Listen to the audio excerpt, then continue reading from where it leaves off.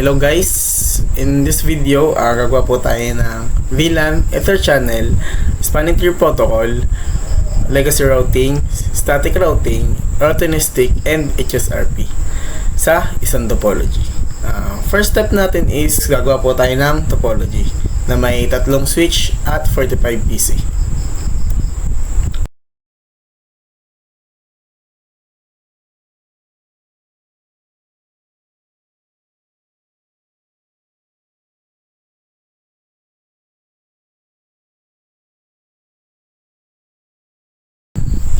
As you can see po, meron na po tayong tatlong switch at 45 PC. So, ang next step naman po natin gagawin is pag-connectin po natin siya from switch to PCs.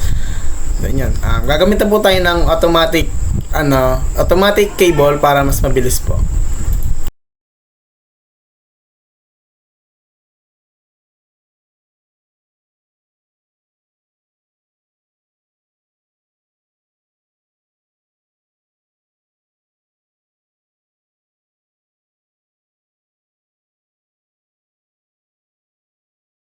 So, after na po natin siya mapag-connect sa switch to PC, ang sunod na po natin gagawin is switch to switch. Ayusin po natin yung connections po ng mga switch from G01 to G01, then G02 to G02, then yun.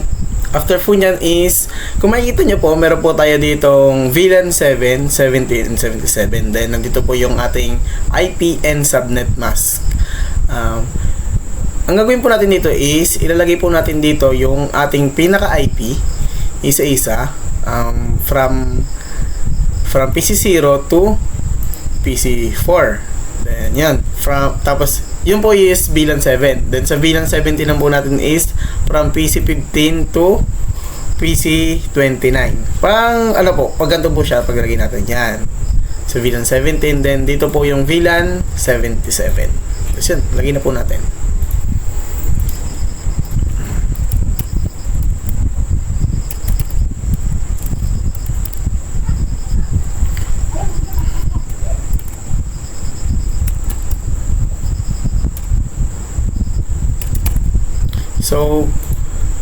So kung makikita nyo po dito is, dito po sa ating PC0, mangyayari po natin dito sa ating IPv4 address is magiging 2 na po yung kanyang pinakadulo. Kasi nagamit na po natin siya sa default gateway yung 1. Then, ayun, enter po natin. Then, lipat po tayo sa sunod na PC.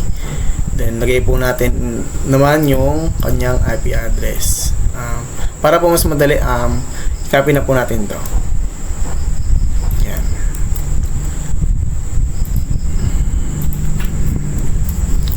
Tapos magiging 3 na po siya kasi ito po ay nagmula po tayo sa 2. Then enter.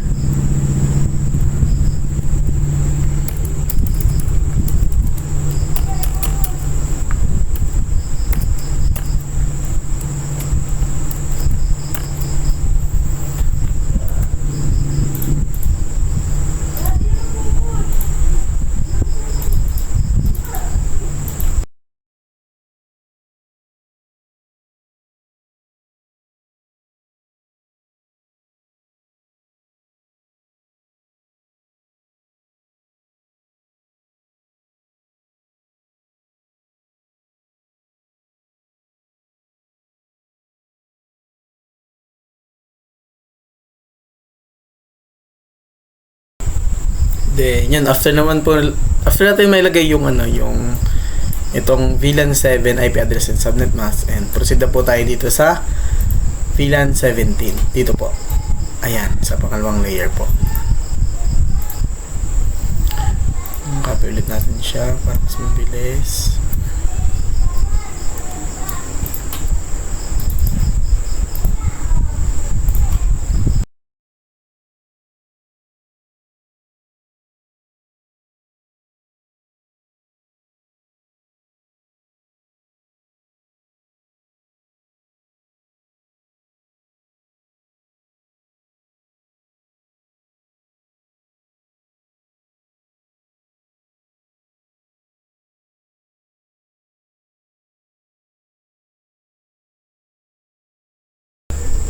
So, yun. After po natin sa VLAN 17, proceed naman po tayo dito sa third layer, which is yung VLAN 77. So, ito lang po yung gagawin nating IP and subnet mask.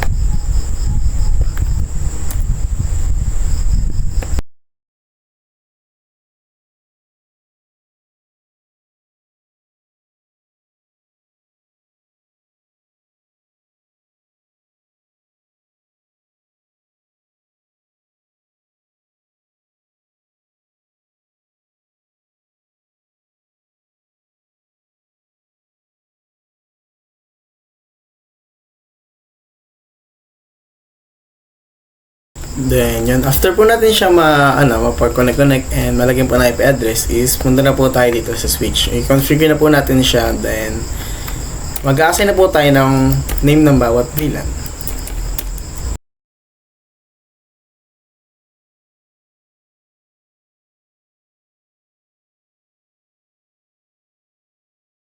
And after po nun is magre-range na po tayo ng PC0 to PC4. Na mangyayari po dito is in-range po natin siya from FA01 to FA05. Then, switch port access po natin siya.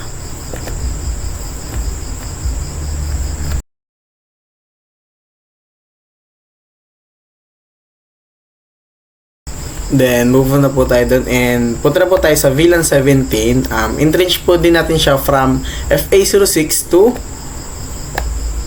FA010.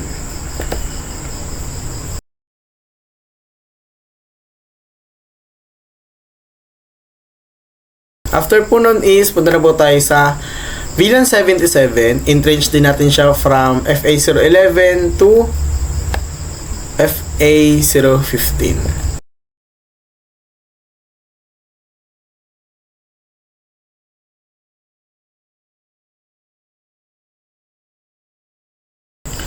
So, after po natin ma-configure ang switch 1, then, configure natin po natin yung switch 2. Same lang po nung ginawa natin sa una.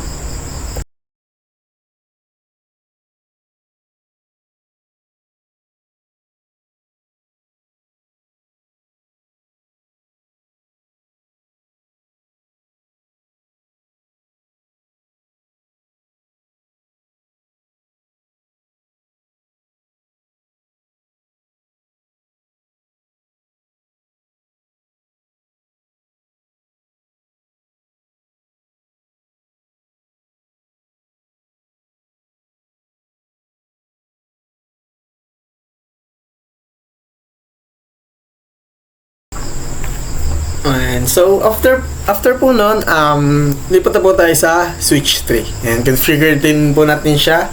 And i-rearrange po natin siya from 01 to 05. Same lang po lang ginawa po natin sa switch 1 and switch 2.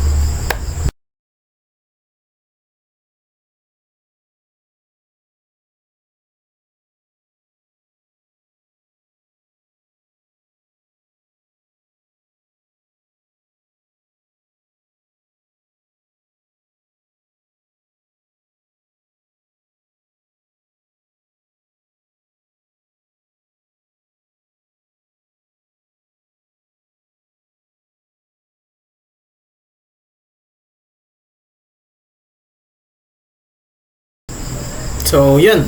Na-configure na po natin siya from switch 1 to switch 2 to switch 3 and na-range po natin siya VLAN 7, VLAN 17, and VLAN 77. So, after po natin siya ma-entrench each switch and itatarang naman po natin siya sa isa't isa. Then, ganito.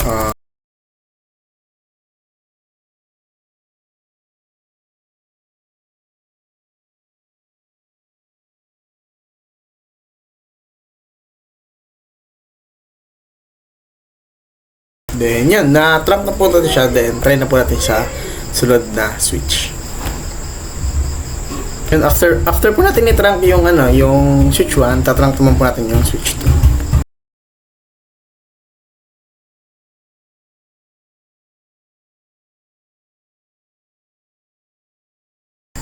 Then, after po nun is, trunk na po natin yung switch 3.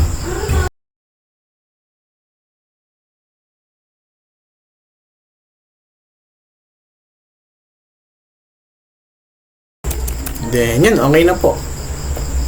Yan. So, yun, after po natin siya matrunk, then, tatry na po natin siya mag-set ng PDU. H. VLAN. Successful. Then, PC0 to PC10. Successful. Then, di pa naman po tayo sa VLAN 17. Successful. And, try po natin siya sa switch 3. Successful. Then, try po natin siya sa VLAN 77. Successful. So, yun. Gawa na po ang ating VLAN and Ether channel and trunking. So, after po natin mag-trunking and Ether channel is proceed po tayo sa STP or Spanning Tree Protocol. And ito naman po is para ma-block po yung looping sa ating mga switches and hindi po siya mag-loop sa ating internet. Lagyan na po natin sa switch 1.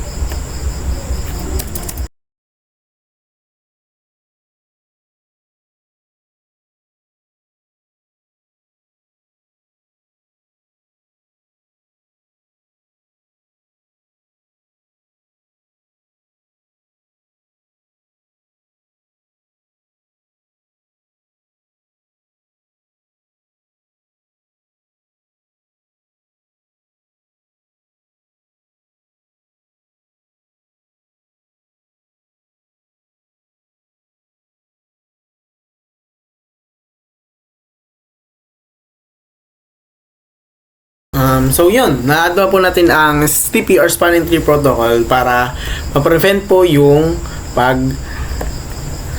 paglo-looping sa ating mga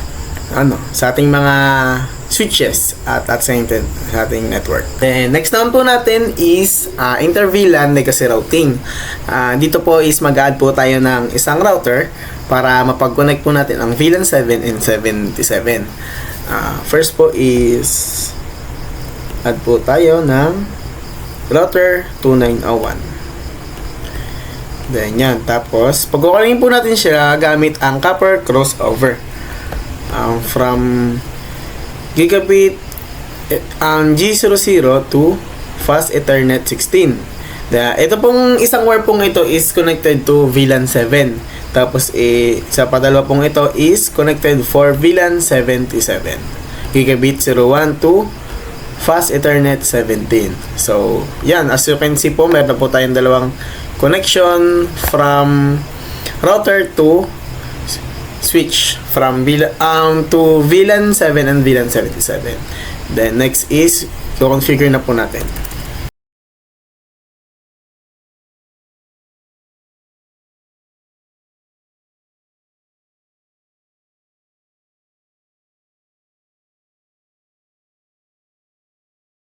So, after that, i-configure na po natin ang router.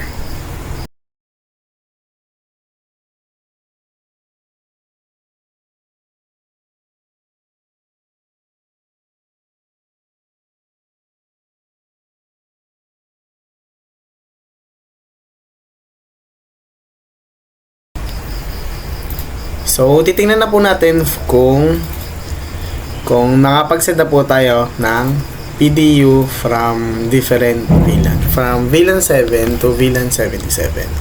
For the first try po is mag-failed siya. Then sa padalawang try is successful. Yun po.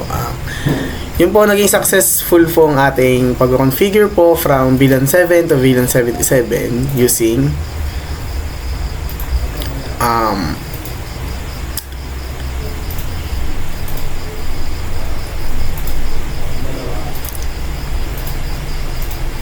so, yun po, successful ang ating configuration from VLAN 7 to VLAN 7 using inter-VLAN or legacy routing. Oh, yun. So, first try po is always failed. So, padala po is successful. Then, yun. Successful po siya.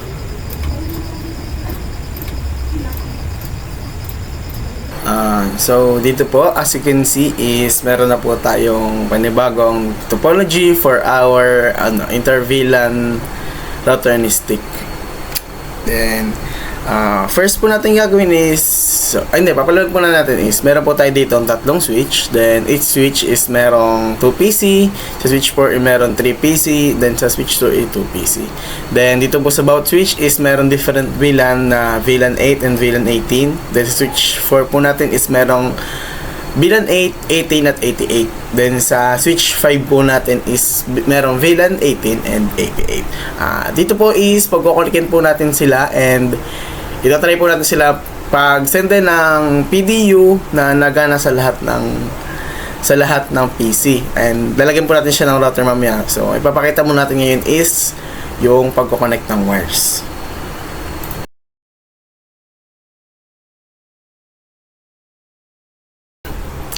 So, after po natin sila mapag-connect is mag-a-assign na po tayo ng mga IP address and subnet mask for each PC.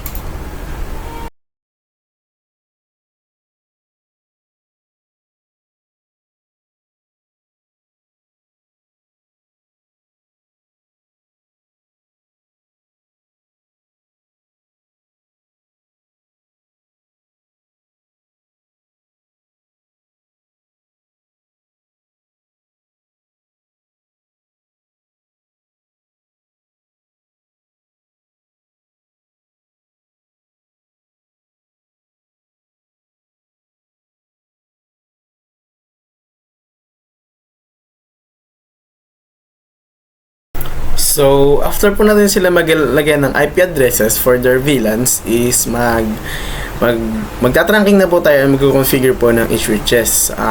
Dito po is gagamitin po natin yung VLAN trunking, STP, and Ether channel po. Then, start po tayo.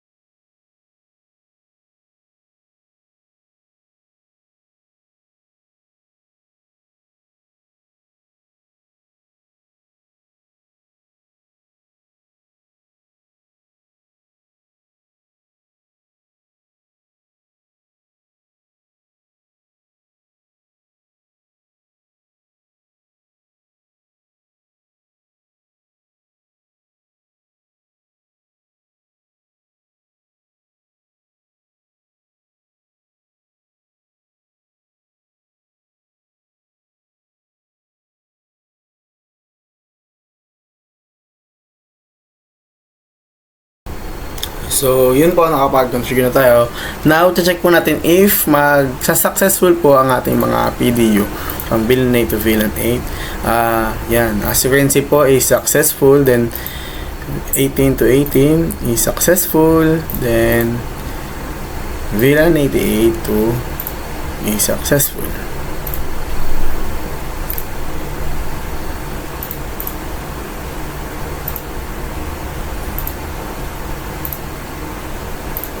So, yan. As you can see po, is successful po lahat ng ating ano.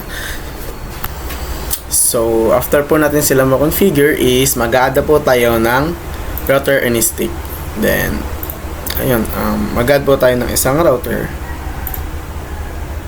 So, then, gaya po na sinabi ko kanina is, ito po, ito pong router and stick is iba po dito sa ating legacy. at sa ating yan, dito po sa ating topology ito. Kasi ito po is kung kailangan na po siya ng isang wire para mag-carry po ng mga VLAN sa ating baba. And first po natin gagawin is maglalagay po tayo ng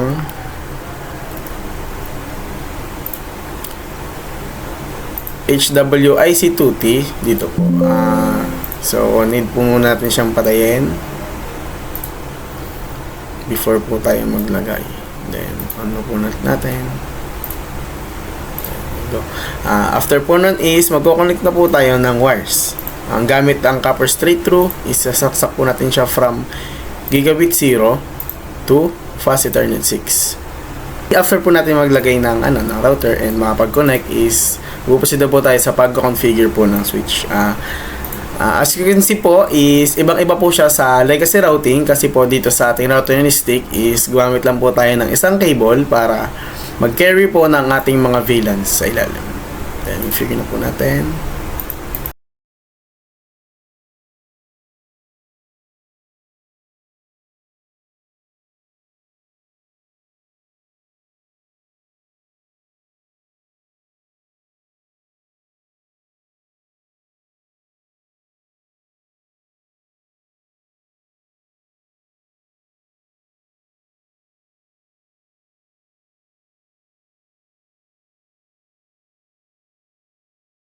So, yon after po natin na-configure ang router is itatry na po natin kung gagana na po siya sa mga different VLANs.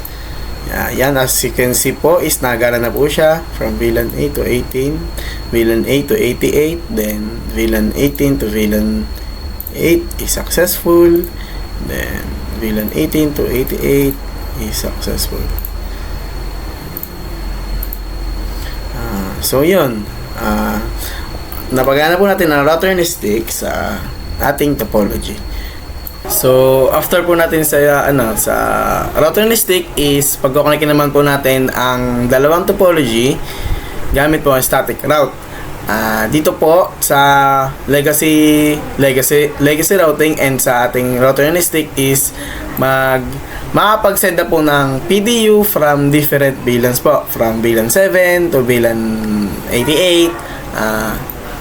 First is pag-connect po muna sila nagamit ang ating serial DCE to dito po sa router router and stick. Then after po nun is mag-assign po tayo ng IP address.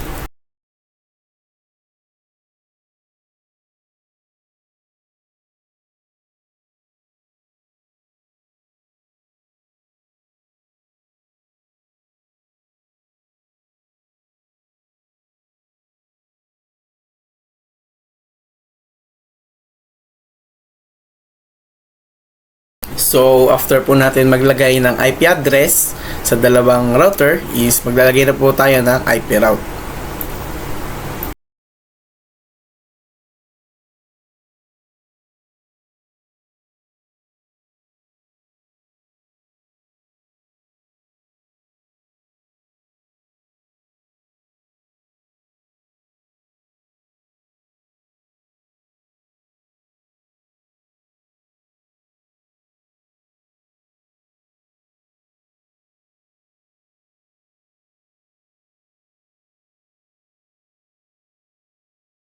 So, yan. After po natin sila ma-configure yung dalawang router, is tatry na po natin kung makapag-send na po ng PDU from VLAN 7 to VLAN 18.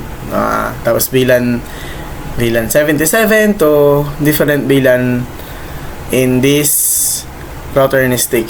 Try po natin. 0 to VLAN 8 is first try po natin is failed, but try ulit natin siya. Wait lang, try ulit natin siya. VC0 to 8. Failed po din. Natin siya pass forward. Then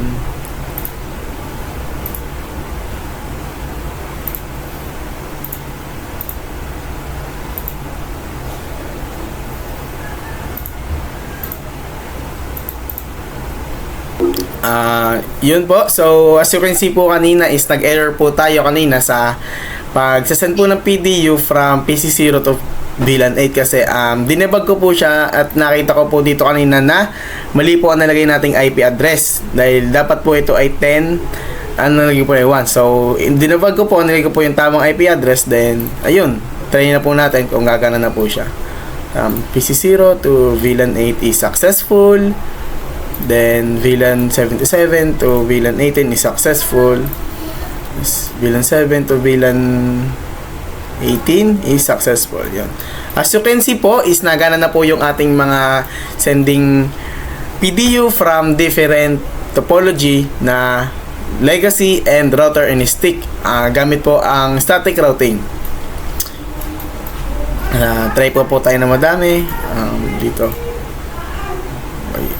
Okay, then is successful. Okay po. Yun, after po ng ating static routing is magpuproceed po tayo sa last section ng ating video, which is ang HSRP. Dito po, as you can see, meron po tayong dalawang router, isang switch and isang PC. Magiging silbi po ng router 7 nito is ito yung pinaka main router, then ito po ay ang ating standby router. Ang purpose ng ating standby router is pag nag-shutdown po ang ating main router ay magtutuloy-tuloy pa rin po ang ating connection sa PC. And yun. Bali ang gagamitin po nating IP address is itong ating LAN 8. Proceed na po tayo sa paglalagay ng ating IP sa PC.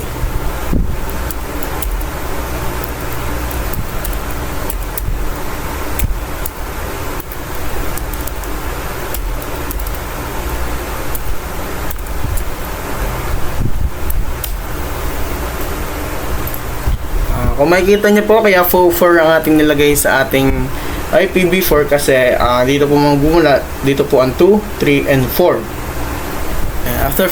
After that po is proceed na po tayo sa configuration po ng ating switch.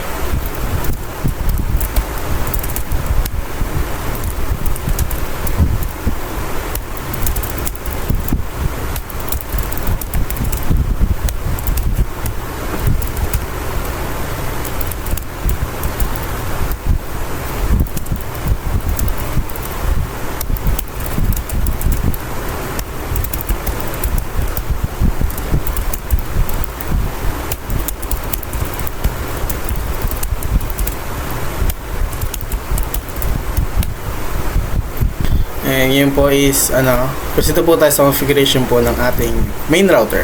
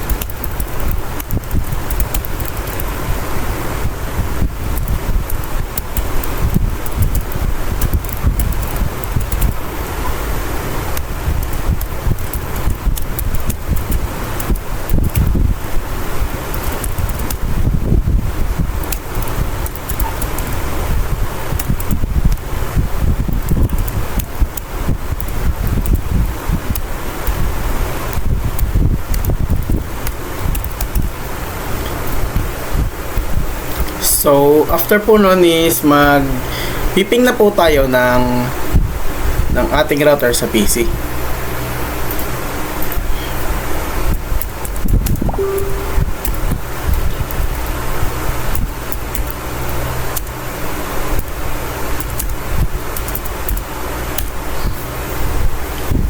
As you can see, nagpiping po ang ating IP, then try po natin siya i-shutdown.